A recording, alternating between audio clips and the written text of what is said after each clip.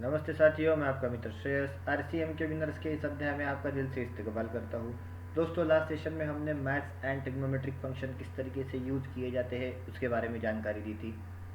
अब हम एक्सेल में बाकी के जो फंक्शन है जिसमें स्टैटिस्टिकल फंक्शन आते हैं, इंफॉर्मेशन फंक्शन आते हैं, इंजीनियरिंग फंक्शन आते हैं, उसमें से कौन कौन से इंपॉर्टेंट फंक्शन है जो हमें रूटीन लाइफ में ज़्यादा यूज़ होते हैं उसके बारे में जानकारी लेने वाले हैं।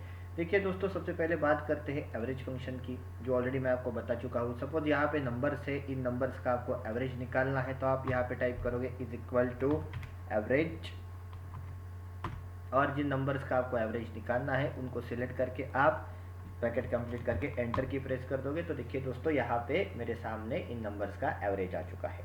ओके, बट कभी कभी अगर ऐसा होता है कि नंबर्स के बीच में अगर आपको ऐसा लगता है कि टेक्स्ट भी आ सकता है, टेक्स्ट वैल्यू भी आ सकती है और उसको भी आपको एवरेज में कंसिडर करनी है, सो इन दैट केस आपको फिर एवरेज ए फंक्शन यूज़ करना पड़ेगा। कोई ज़्यादा उसमें रॉकेट साइंस नहीं है, एवरेज के आगे सिर्फ आपको ए लगा देना है, एंटर की प्रेस करनी है तो वो हो जाता है एवरेज ए फंक्शन। तो जिस सेल में टेक्स्ट वैल्यू है उस सेल को भी कंसिडर किया जाता है while calculating average. Next function होता है दोस्तों एवरेज ईफ और एवरेज आईएफएस। जैसे मैंने आपको सम ईफ और सम आईएफएस बताए थे, उसी तरीके से एवरेज ईफ और एवरेज आईएफएस फंक्शन होते हैं। अगर सपोज नॉर्मल एवरेज निकालना है तो कोई दिक्कत नहीं है। अगर मैंने आपको यहाँ पे ऐसे कहा कि जो नंबर 200 से बड़े हैं उनका ही एवरेज निकालिए, तो अभी देखिए यहाँ पे दोस्तों क्या हो रहा है, मैंने आपको क्या कहा, 200 से बड़े जो नंबर है उनका ही एवरेज निकालिए। तो मतलब एवरेज तो निकालना है, बट एवरेज निकालने के लिए एक कंडीशन है। तो अभी मुझे यहाँ पे क्या करना पड़ेगा, is equal to average if bracket, अभी एवरेज की रेंज क्या आ जाएगी, देखिए ये आ जाएगी मेरी एवरेज की रेंज, कॉमा अभी मुझे क्राइटेरिया लिखना पड़ेगा। क्या क्राइटेरिया है मेरा कि मुझे 200 से बड़े नंबर चाहिए, तो मैं यहाँ पे डबल इन्वर्टेड कॉमा में ग्रेटर दैन 200 लिख दूंगा। देखिए, तो अभी मुझे जो एवरेज मिला है वो सिर्फ किसका मिला है, जो नंबर 200 से बड़े हैं। मतलब यहाँ पे देखिए 250, 300 एंड 400, इन तीनों का ही आपको यहाँ पे एवरेज मिल चुका है। तो इस तरीके से देखिए दोस्तों, अगर एक ही कंडीशन है तो आप यहाँ पे एवरेज इफ फंक्शन यूज कर सकते हो। बट अगर आपके पास मल्टीपल कंडीशन है, मगर मैंने आपको दो कंडीशंस बताई कि ऐसे नंबर का एवरेज निकालो जो 150 से बड़े हो बट 300 से छोटे हो, तो भी देखिए यहाँ पे क्या है दोस्तों, यहाँ पे दो कंडीशंस आ गई। तो इस केस में आपको क्या करना पड़ेगा, देखिए is equal to average I F S function use करना पड़ेगा। बिकॉज यहाँ पे देखिए दोस्तों दो कंडीशन है, तो सबसे पहले क्या करेंगे, एवरेज की रेंज ले लेंगे। देखिए इस रेंज में हमें एवरेज निकालना है। Okay, comma criteria range one, देखिए ये हो जाएगी मेरी क्राइटेरिया रेंज वन, कॉमा अभी पहला क्राइटेरिया मैंने बताया कि 100 से बड़े, तो यहाँ पे डबल इन्वर्टेड कॉमा में मैं ग्रेटर देन 100 लिख दूंगा, कॉमा क्राइटेरिया रेंज टू, देखिए इसी में मेरा क्राइटेरिया है, तो देखिए ये हो गई मेरी क्राइटेरिया की रेंज, कॉमा सेकंड जो क्राइटेरिया है वो क्या है, लेस देन 400, तो ये देखिए मैंने यहाँ पे ले लिया 400। तो अभी इस तरीके से यहाँ पे देखिए मुझे एवरेज मिल गया, जो नंबर 100 से बड़े हैं बट 400 से छोटे हैं उनका एवरेज यहाँ पे आपको मिल चुका है। तो इस तरीके से दोस्तों ये average, average A, average if और एवरेज आईएफएस फंक्शन यूज किए जाते हैं। उसके बाद आते हैं दोस्तों काउंट से रिलेटेड फंक्शन, देखिए जिसमें हमें count, count A, count blank, count if और काउंट आईएफएस के बारे में जानकारी लेनी है। देखिए दोस्तों, अगर आपको ऐसे सेल काउंट करने हैं पर्टिकुलर एरिया में जिसमें नंबर्स वैल्यू है, तो वहाँ पे आप काउंट फंक्शन यूज कर सकते हो। देखिए कैसे, इज इक्वल टू आप लिख दोगे यहाँ पे काउंट, COUNT ब्रैकेट, अभी देखिए मैंने यहाँ पे ये एरिया सिलेक्ट कर दिया, ब्रैकेट कंप्लीट करके एंटर कर दिया, तो देखिए मुझे आंसर मिल गया 6। मतलब यहाँ पे D2 से लेकर D7 तक ऐसे 6 सेल है जिसमें नंबर वैल्यू है। ओके, अगर आपको ऐसे सेल काउंट करने हैं जिसमें टेक्स्ट वैल्यू भी है, नंबर वैल्यू भी है, तो इन दैट केस आपको यूज करना पड़ेगा count a function. For example अगर मैंने कहा ये प्रोडक्ट कितने हैं उसको काउंट करो, तो आपको यहाँ पे काउंट फंक्शन यूज करके नहीं जमेगा। देखिए अगर मैंने सिर्फ काउंट फंक्शन का यूज किया तो यहाँ पे देखिए दोस्तों आंसर 0 आ रहा है, बिकॉज काउंट फंक्शन सिर्फ नंबर वैल्यू को ही काउंट करता है, टेक्स्ट वैल्यू को काउंट नहीं करता है। तो मुझे यहाँ पे यूज करना पड़ेगा दोस्तों काउंट ए वाला फंक्शन। तो देखिए मैंने यहाँ पे काउंट ए कर दिया तो मुझे आंसर आ गया। सो काउंट और काउंट ए के बीच में डिफरेंस क्या है कि काउंट फंक्शन सिर्फ और सिर्फ नंबर्स वैल्यू को काउंट करेगा, काउंट ए फंक्शन दोनों को करेगा, चाहे नंबर वैल्यू हो, चाहे टेक्स्ट वैल्यू हो, डेट हो, कुछ भी हो, वो सबको काउंट कर देगा। देन नेक्स्ट फंक्शन होता है, देखिए दोस्तों, काउंट ब्लैंक। आपने जो एरिया सिलेक्ट किया है उसमें कितने सेल्स ब्लैंक है ये आपको अगर दिखाना है तो आप यूज करोगे count blank function. For example देखिए मैंने यहाँ पे टाइप कर दिया is equal to count blank, और देखिए यहाँ पे D2 से लेकर D7 तक का एरिया मैंने यहाँ पे सिलेक्ट करके ब्रैकेट कंप्लीट करके एंटर की प्रेस कर दी। तो देखिए दोस्तों यहाँ पे आंसर आ चुका है 0। क्यों? बिकॉज इसमें कोई सेल ब्लैंक ही नहीं है। अगर सपोज मैंने ये 200 वाला सेल ब्लैंक कर दिया तो देखिए मुझे आंसर मिल गया 1, बिकॉज मैंने अभी जो एरिया सिलेक्ट किया है उसमें एक सेल ऐसा है जो यहाँ पे ब्लैंक है दोस्तों। तो इस तरीके से काउंट, काउंट ए और काउंट ब्लैंक फंक्शन का यूज किया जाता है। नेक्स्ट फंक्शन होता है देखिए काउंट इफ। देखिए काउंट करना है बट काउंट करने के लिए कुछ एक क्राइटेरिया दिया गया है, तो उस समय हम यूज करेंगे काउंट इफ फंक्शन।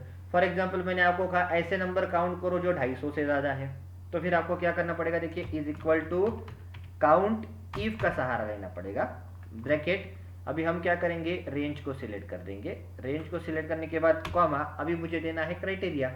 सो मुझे क्या करना है, जो नंबर 250 से बड़े हैं उनको ही काउंट करना है। तो मैं यहाँ पे डबल इनवर्टेड कॉमा में लिख दूंगा greater than 250 double inverted comma complete bracket complete. तो देखिए मुझे आंसर मिल गया 2। यहाँ पे सिर्फ 2 नंबर ही ऐसे हैं जो 250 से ज़्यादा है। तो इस तरीके से दोस्तों काउंट इफ फंक्शन यूज होगा। अगर देखिए काउंटिंग करना है बट काउंटिंग करने के लिए एक से ज़्यादा अगर क्राइटेरिया है तो फिर आपको उस केस में काउंट आईएफएस फंक्शन का यूज करना पड़ेगा। सिर्फ एक क्राइटेरिया है तो आप काउंट इफ फंक्शन यूज कर सकते हो, बट मल्टीपल क्राइटेरिया है तो आपको काउंट आईएफएस यूज करना पड़ेगा। फॉर एग्जांपल मैंने आपको ऐसे कहा कि ऐसे नंबर काउंट करो जो 100 से बड़े हैं बट 400 से छोटे हैं, तो मुझे क्या करना पड़ेगा, is equal to count IFS bracket. सबसे पहले देखिए यहाँ पे मुझे लेनी है क्राइटेरिया रेंज 1, तो ये देखिए ये है मेरी क्राइटेरिया रेंज 1, कॉमा हमें मेरे फर्स्ट क्राइटेरिया देना पड़ेगा। मेरा फर्स्ट क्राइटेरिया है कि ऐसे नंबर काउंट करने हैं जो 100 से बड़े हैं, तो मैंने यहाँ पे दे दिया 100, कॉमा ये हो गई मेरी क्राइटेरिया रेंज 2, और इसमें मुझे ऐसे नंबर काउंट करने हैं जो 400 से छोटे हैं, तो मैं यहाँ पे लिख दूंगा लेस देन 400। देखिए दोस्तों ब्रैकेट कंप्लीट करके एंटर की प्रेस कर देंगे तो देखिए यहाँ पे मुझे आंसर मिल गया 4। यहाँ पे 4 नंबर ऐसे हैं जो 100 से बड़े हैं बट 400 से छोटे हैं।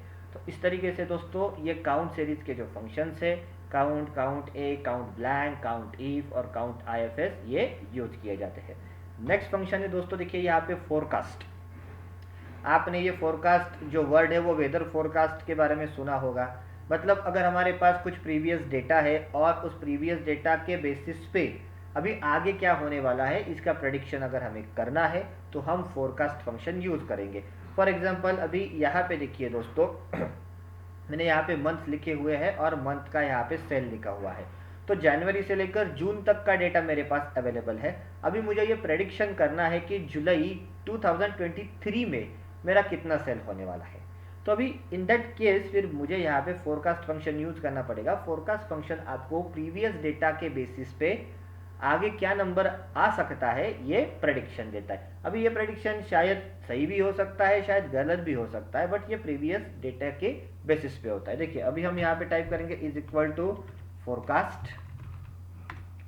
अभी देखिए इसमें सबसे पहले लेना है आपको एक्स। एक्स मतलब क्या, मुझे यहाँ पे जुलाई 23 के लिए वैल्यू प्रेडिक्ट करनी है, तो जुलाई 23 जो है वो मेरा C8 में है, तो मैं यहाँ पे लिख देता हूँ C8 cell, comma known y's, मतलब प्रीवियस डेटा आपके पास क्या अवेलेबल है। देखिए मेरे पास ये प्रीवियस मंथ का डेटा अवेलेबल है, तो ये हो जाएंगे हमारे नॉन वाइज, कॉमा अभी हमें देने हैं नॉन एक्सीज, तो ये हो जाएंगे हमारे नॉन एक्सीज। ये देखिए तो इस तरीके से मैंने ये तीनों पैरामीटर्स इस पे दे दिए। तो देखिए मुझे आंसर मिल गया यहाँ पे दोस्तों 404। मतलब अगर हम प्रीवियस डेटा की बात करें तो उसमें जिस तरीके से सेलिंग हुआ है अगर उसी तरीके से चलता रहा तो इस जुलाई 23 में 404.12 यूनिट मेरे यहाँ पे सेल हो सकते हैं।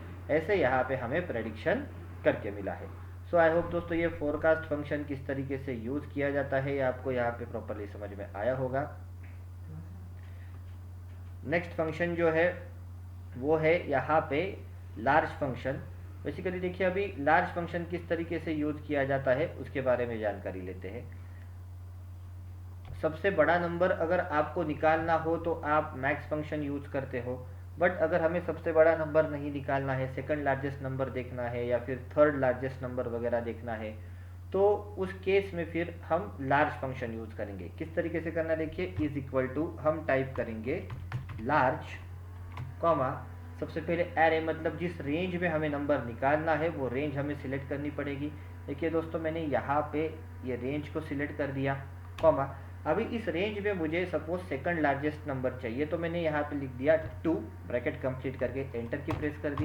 तो देखिए मुझे यहाँ पे सेकंड लार्जेस्ट नंबर मिल चुका है। उसी तरीके से अगर मुझे थर्ड लार्जेस्ट नंबर चाहिए होगा तो मैं यहाँ पे लिख दूंगा 3, तो मुझे यहाँ पे इस रेंज में जो थर्ड लार्जेस्ट नंबर है वो यहाँ पे मिल जाएगा।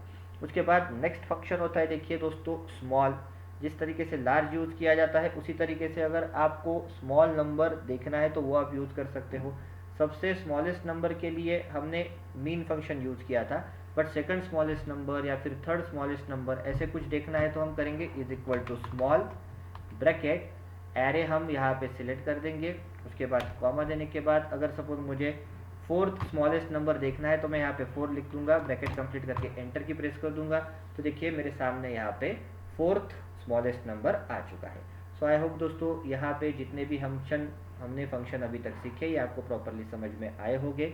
बाकी के फंक्शन देखेंगे नेक्स्ट सेशन में, तब तक के लिए धन्यवाद।